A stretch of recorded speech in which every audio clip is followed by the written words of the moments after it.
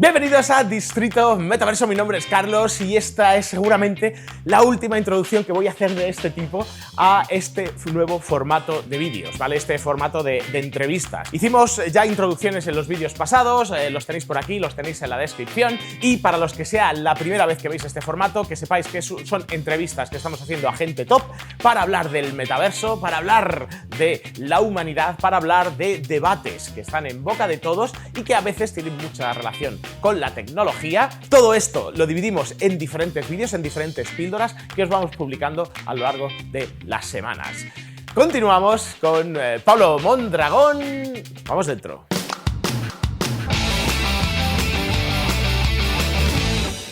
Pablo, el blockchain, ¿vale? Lo hemos comentado un poquito. ¿Tú estás de acuerdo conmigo en que es una tecnología potente? Muy potente. Y que creemos que puede cambiar el mundo, ¿no? Entonces, ¿cuál es tu opinión sobre la tecnología en sí y cuál es tu opinión del blockchain desde el punto de vista antropológico?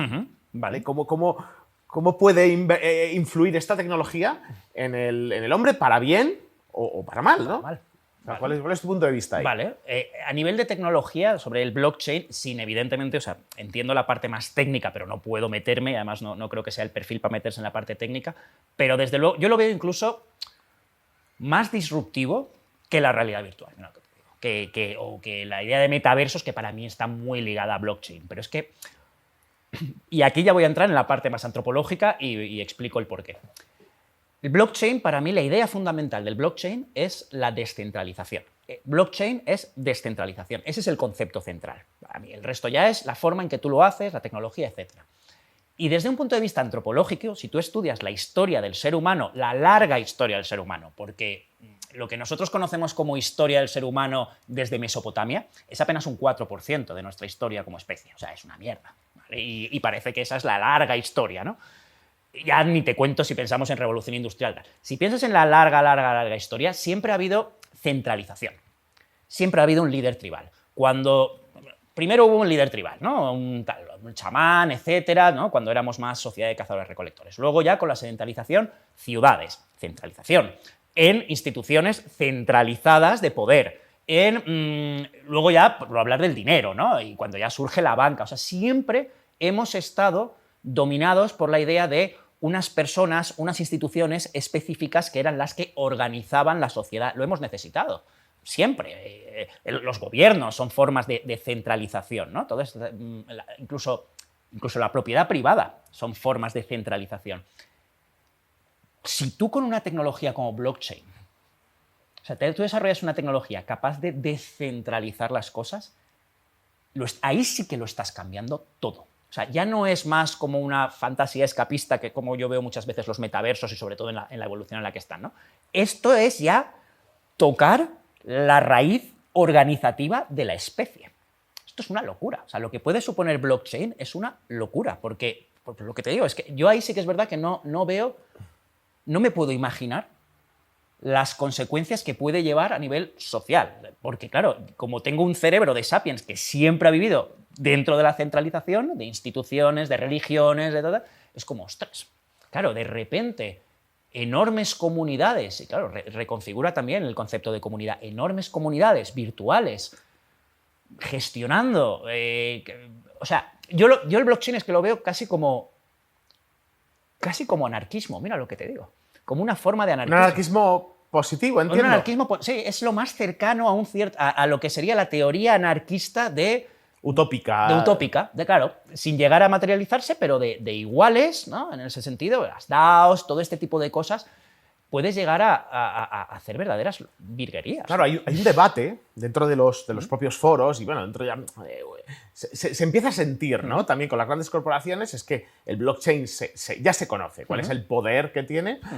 Se conoce también a nivel económico, hay muchísimo potencial. Entonces, claro, las grandes corporaciones, toda esa gente que siempre, o esos clanes, ¿no? Que siempre han tenido ese poder, no quieren soltarlo. Claro. ¿Vale? Entonces se ve que se empiezan a hacer estrategias, ¿no? Un poquito lo que ha pasado con Terra, ¿vale? Donde se fue tal y que dicen, oye, aprovechan ese tipo de opciones para que al final la gran masa apoye una regulación. Y una regulación empieza a quitar ese lado descentralizado y empieza a centralizarlo más, ¿no? Claro. Entonces, ¿crees que realmente al final se va a conseguir esa descentralización utópica o crees que al final se acabará estableciendo una centralización, a lo mejor con algo de enmascarado, ¿no? Muy político, diciendo, sí, somos descentralizados, pero la base real sigue siendo una centralización?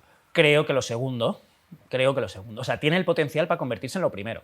Y creo que incluso pueden coexistir cosas mucho más anarquistas, ¿no? Por decirlo de alguna manera, más heavies, y luego, pero creo que la tecnología en general va a tender a regularizarse. Este es el debate tradicional, y yo perdona, es que siempre me vuelvo a mis fumadas, este es el debate tradicional entre la seguridad y la libertad, que nos lleva persiguiendo toda la historia de los Sapiens, ¿no? La libertad y tal, y necesitamos un gobierno, un leviatán que nos controle, y una regulación que nos controle.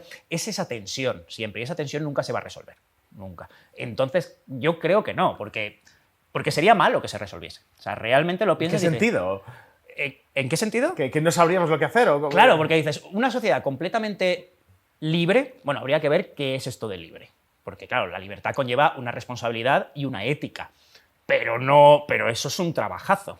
Asumir la libertad individual a través de la responsabilidad y la ética es un trabajazo. Es mucho más cómodo que te digan lo que tienes que hacer. Muchísimo más cómodo, mucho menos historia. Oye, mira, yo trabajo de 8 a 5, tengo mi jefe que me dice esto, esto y esto. ¡Ah, por culo! Yo llego, lo hago y luego vengo a mi casa y duermo de puta madre. Ahora, asume tú la libertad de tu propia vida. Y luego, por el otro lado, si es demasiada seguridad, pues ya sabemos lo que puede llegar a pasar, ¿no? O sea, limitas o sea, eliminas la parte individual, eliminas al individuo, dejas simplemente la estructura y te conviertes en un... Pues, ¿sabes? En un borrego, por decirlo de alguna manera. Sí. Entonces, claro, esa es la tensión. Esa es una tensión que no se va a resolver nunca, ¿no? Es la tensión de la película de Capitán América Guerra Civil, de Civil War. O sea, es que está por todos lados. Entonces... Ahí te voy a poner, no sé si conoces una serie que se llama The Orville. No. ¿Vale? Es una serie, bueno, por ponerlo en un entorno, es una especie de comedia moderna muy orientada a lo que fue Star Trek, ¿vale? Es una nave en la que va resolviendo tal, con toques de comedia, ¿vale? Pero que tiene toques debates... tiene toques que debate, ¿cómo lo explicaría? El tema moral y ético, y al final de cada capítulo te quedas pensando, ¿vale? Entonces, te la recomiendo porque, por lo que te estoy conociendo ahora, te va a gustar. Te va a gustar los temas que plantea de muchos aspectos, ¿vale? Se me pone hasta los pelos de punta de pensarlo. Pero te va a molar, te va a molar. En un capítulo, ¿vale? Van a un planeta, ¿vale? Van a ese planeta y, claro, estamos hablando de una civilización muy evolucionada, con naves y tienen tal. Y entran en un planeta que resulta que no conocían y que está muy poco evolucionado. Te hablo a nivel muy primitivo. Entonces, llegan, se encuentran una niña tal, herida, y la curan con un pequeño láser, ¿no? Se van del planeta, ¿vale? Y resulta que ese planeta está como una especie de agujero negro que lo que para la gente que está fuera pasa una semana, para ellos son 700 años. ¿Vale? Entonces, el planeta vuelve, ellos están una semana fuera, vuelven otra vez al planeta y claro, todo ha evolucionado.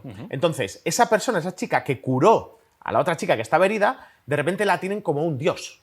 Hay imágenes de ellas por solo ese pequeño momento, ¿no? de curación, porque claro, imagínate lo que es para una sociedad primitiva. Muy primitiva, el que alguien con un tic te cure y ya está, ¿no? Entonces, se ve desde ese punto de vista. Pero claro, se vuelven y vuelven a pasar otros 700 años. Y vas viendo cómo la evolución va viendo.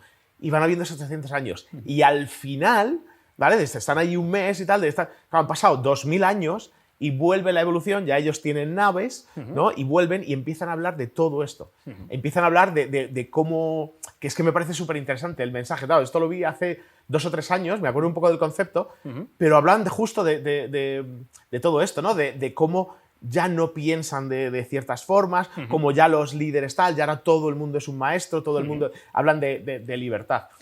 Y eso fue en la segunda temporada. Y la tercera temporada ha llegado algo más. O sea, ellos siguen y de repente han vuelto a ese planeta con 50.000 años más de evolución. O sea, que ya es... ¿Vale? Y ya es... historia. No, eso o sea, te vuela la cabeza. Ya es, lo que dices tú, son cosas que no te puedes imaginar, ¿no? Pero esta serie lo plantea. Lo plantea y yo cuando lo vi me quedé una hora así, sin nada, pensando. O sea, diciendo, wow, ¿sabes? temas de inmortalidad y demás, que ya no metemos. Transhumanismo, ¿no? Eso Todo es, este tipo de cosas. Sí. Pero es muy, muy interesante, ¿no? Claro. Y Es que al final, bueno, las series y todo este tipo de cosas, yo siempre lo digo, o sea, al final casi todo avance tecnológico, bueno, ahora sobre todo, ¿no? Avances viene de la literatura, viene de la imaginación, viene de todo este tipo de cuestiones. Vamos, son los grandes formatos que utilizo. Yo siempre que hablo de ética, pues termino hablando de Marvel, o termino hablando de, yo qué sé, de Batman, o de Matrix, o de... Bueno, son ejemplos que todo el mundo puede entender, claro, ¿no? que todo el mundo entiende y que además es que está muy bien planteado, ¿no? Porque dices, aquí tienes la escena, tienes el soporte, tienes el formato y estás aterrizando cosas que son muy abstractas, muy complejas, que es la ética, que es la libertad. O sea, si nos ponemos tú y yo a definir qué es la libertad, porque además es que es un concepto que ha evolucionado muchísimo, ¿no? Por ejemplo, para Sartre, la libertad es la maldición del ser humano. Y muchas veces yo lo pienso, también. Digo, hostia, yo, por ejemplo, vas al supermercado, 30 salsas de tomate. Que es una gilipollez de libertad. A mí me agobia, ¿eh? Claro, somos libres de hacer lo que queremos, pero no somos libres de querer lo que queremos. Efectivamente. Eso aparte, claro. Sí.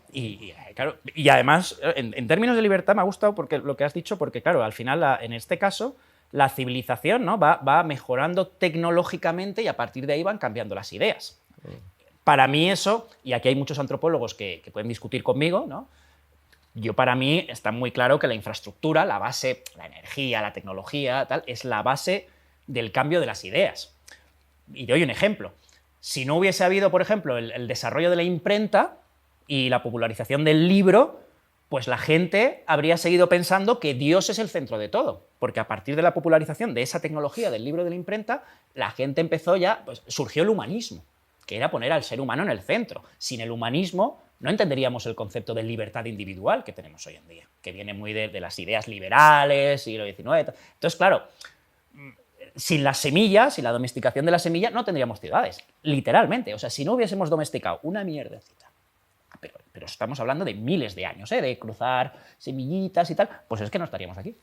Claro, directamente, porque no habría ciudades, no habría muros, no habría suelo, no habría gobiernos, no habría nada de lo que llevó la sedentarización. Entonces, claro, por eso me mola cuando has dicho, no, es que si pasase lo mismo, si aquí hubiese una civilización extraterrestre, de hecho, hace poco vi una película en Amazon que iba un poco sobre eso, ¿no? Como que, eso no me acuerdo cómo se llama, Moonfall o Moon no sé qué, una de que la luna, cuál es. que la luna es un asteroide. Bueno, es una fumada. Eso han cogido Armageddon, Matrix, tal, han hecho un pupurrupí ahí y ha dicho peli.